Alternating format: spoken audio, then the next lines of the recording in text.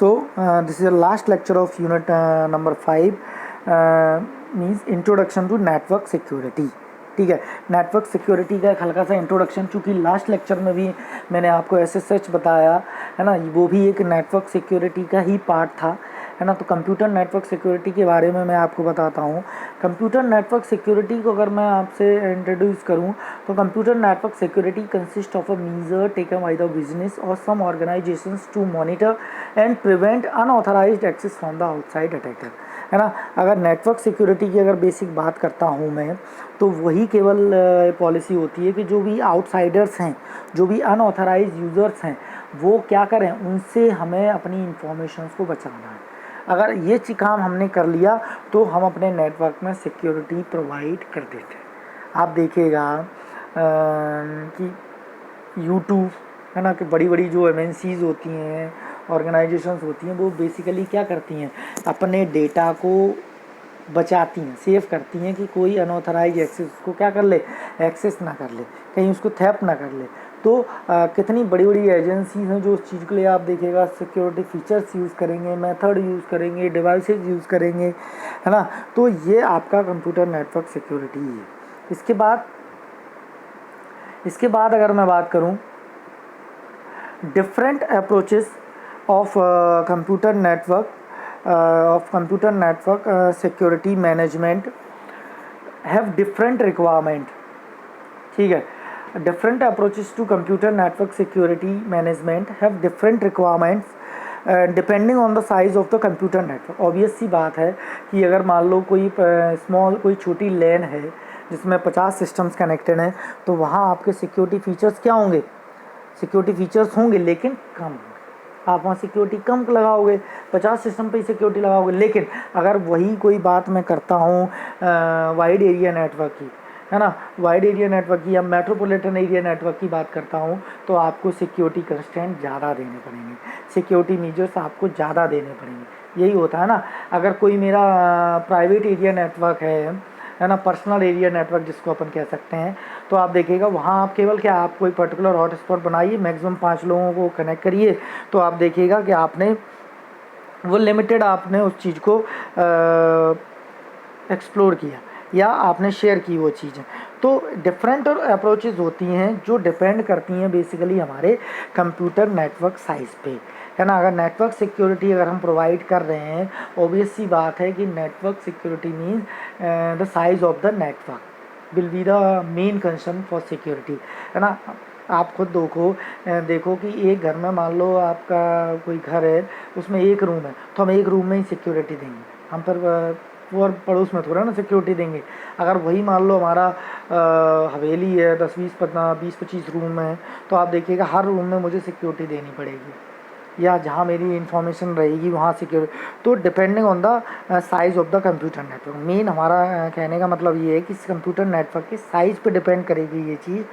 For example, home office require a basic network security. अगर home network है, home office है, तो वहाँ आप बेसिक नेटवर्क सिक्योरिटी दे सकते हैं। While large businesses require high maintenance to prevent the network from the malicious attack. Malicious attack क्या होते हैं, जो आपके एक्स्ट्रा आउटर्स जो अटैक रहते हैं। मैलिशियस अटैक मीन्स आपके ट्रोजन हॉर्सेस हो गए, वायरसेस हो गए, वॉर्म्स हो गए, वायरसेस हो गए, है ना।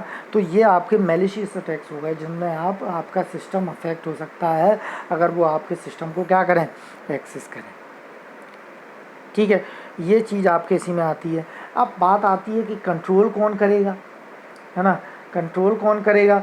तो इस चीज़ का भी आप देख सकते हैं कि नेटवर्क एडमिनिस्ट्रेटर कंट्रोल, है ना।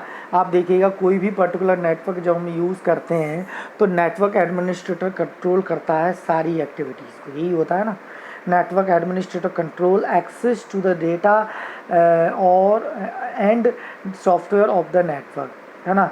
Access of the data software. आप देखिएगा हम लोग रेलवे स्टेशन पे जाते हैं, फ्री एक्सेस इंटरनेट एक्सेस करते हैं, तो आपके पास भी OTP जाता है, आप उसको लॉगिन करते हैं OTP से, फिर उस मोबाइल नंबर पे आपके पासवर्ड आएगा, फिर आप उसकी सर्विसेज आप यूज़ कर पाओगे। तो नेटवर्क एडमिनिस्ट्रेटर ही इस चीज़ को मैनेज कर रहा है। तो यहाँ भी यही बताया गया है, network administrator control access to the data and software on the network, और network administrator assign the user ID and password to the authorise person, है ना। यूज़र आईडी और पासवर्ड का कंसेप्ट क्यों आया, है ना। यूज़र आईडी और पासवर्ड का अगर मेन कंसेप्ट अगर बात की जाए तो इसलिए आया कि आप देखिएगा day by day number of users क्या हो रहे हैं, इंक्रीजिंग हो रहे हैं, नंबर ऑफ़ यूज़र्स इंक्रीजिंग हो रहे हैं डे बाई डे। तो धीरे धीरे आप ये देखिएगा कि उनको हमें क्या करना पड़ रहा है, उनको हमें बार बार उनके डेटा को स्टोर सेव करना पड़ रहा है। तो हमने जो भी नेटवर्क एडमिनिस्ट्रेटर उन्होंने क्या किया, उन्होंने लॉगिन एक्टिविटीज़ लगा दी कि आप अपना पर्टिकुलर अमाउंट साइनअप कीजिए, अकाउंट साइनअप कीजिए, फिर आप क्या करिए, आप अपना लॉगिन करिए, फिर आपकी जो डिटेल रहेगी आपके उसी पे। जबकि प्रीवियस समय में ऐसा नहीं था, आज से 10-15 साल पहले देखा जाए तो ऐसा कुछ नहीं था, 15-20 साल पहले ऐसा कुछ भी नहीं, तो इंटरनेट भी कम था उस समय।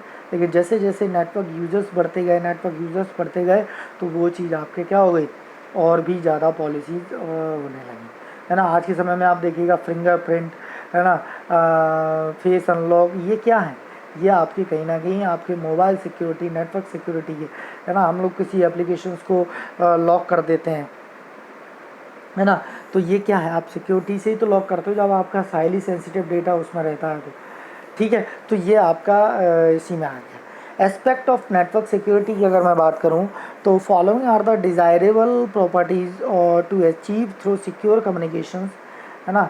कुछ डिज़ायरेबल प्रॉपर्टीज़ हैं जो हम इसमें पढ़ते हैं, जैसे कि aspect of network security, the first one is a privacy, है ना। पहला आपका प्राइवेसी में मैनेज करनी है। प्राइवेसी मीन्स कॉन्फिडेंशियलिटी जिसको हम कह सकते हैं। प्राइवेसी मीन्स क्या, कि अगर मैं आपसे कुछ प्राइवेट रखना चाह रहा हूँ तो मैं केवल उसको क्या करूँगा, बाकी लोगों से हाइड करूँगा, है ना। तो वो आपकी प्राइवेसी हो गई। मैसेज इंटीग्रिटी आप जानते ही हो। मैसेज इंटीग्रिटी मीन्स कि जिस ऑर्डर में मैंने आपको डेटा भेजा है, ठीक है, जिस ऑर्डर में मैंने आपको डेटा भेजा है, जिस सीक्वेंस में मैंने आपको डेटा भेजा है, वो डेटा आपको उसी सीक्वेंस में क्या मिले, रिसीव हो, ठीक है। इसके बाद ऑथेंटिकेशंस आप देखिएगा। ऑथेंटिकेशंस भी आपकी यही चीज़ है कि जो आप चीज़ भेज रहे हो वो आपकी ऑथेंटिक है कि नहीं। ऐसा तो नहीं है कहीं से आपने बिल्कुल पेपर हम पब्लिश करते हैं तो उसमें ऑथेंटिसिटी होनी चाहिए, है ना, आपका बिल्कुल लिखा हुआ ओरिजिनल पेपर मटेरियल होना चाहिए। Non reputation means no copy, no similar copies, है ना। नॉन रेपुटेशंस पॉलिसी यूज़ हो, ऐसा नहीं कि वही एक कॉपी वहाँ शेयर कर ली, वही एक कॉपी वहाँ शेयर कर ली। नॉन रेपुटेशंस पॉलिसी होनी चाहिए। तो ये नेटवर्क सिक्योरिटी के कुछ एस्पेक्ट थे, privacy, message integrity, authentications and non reputations, ठीक है। इनको देखते हैं आगे इसमें क्या बताया गया है। प्राइवेसी के बारे में देखते हैं। प्राइवेसी आपसे क्या कह रहा है। प्राइवेसी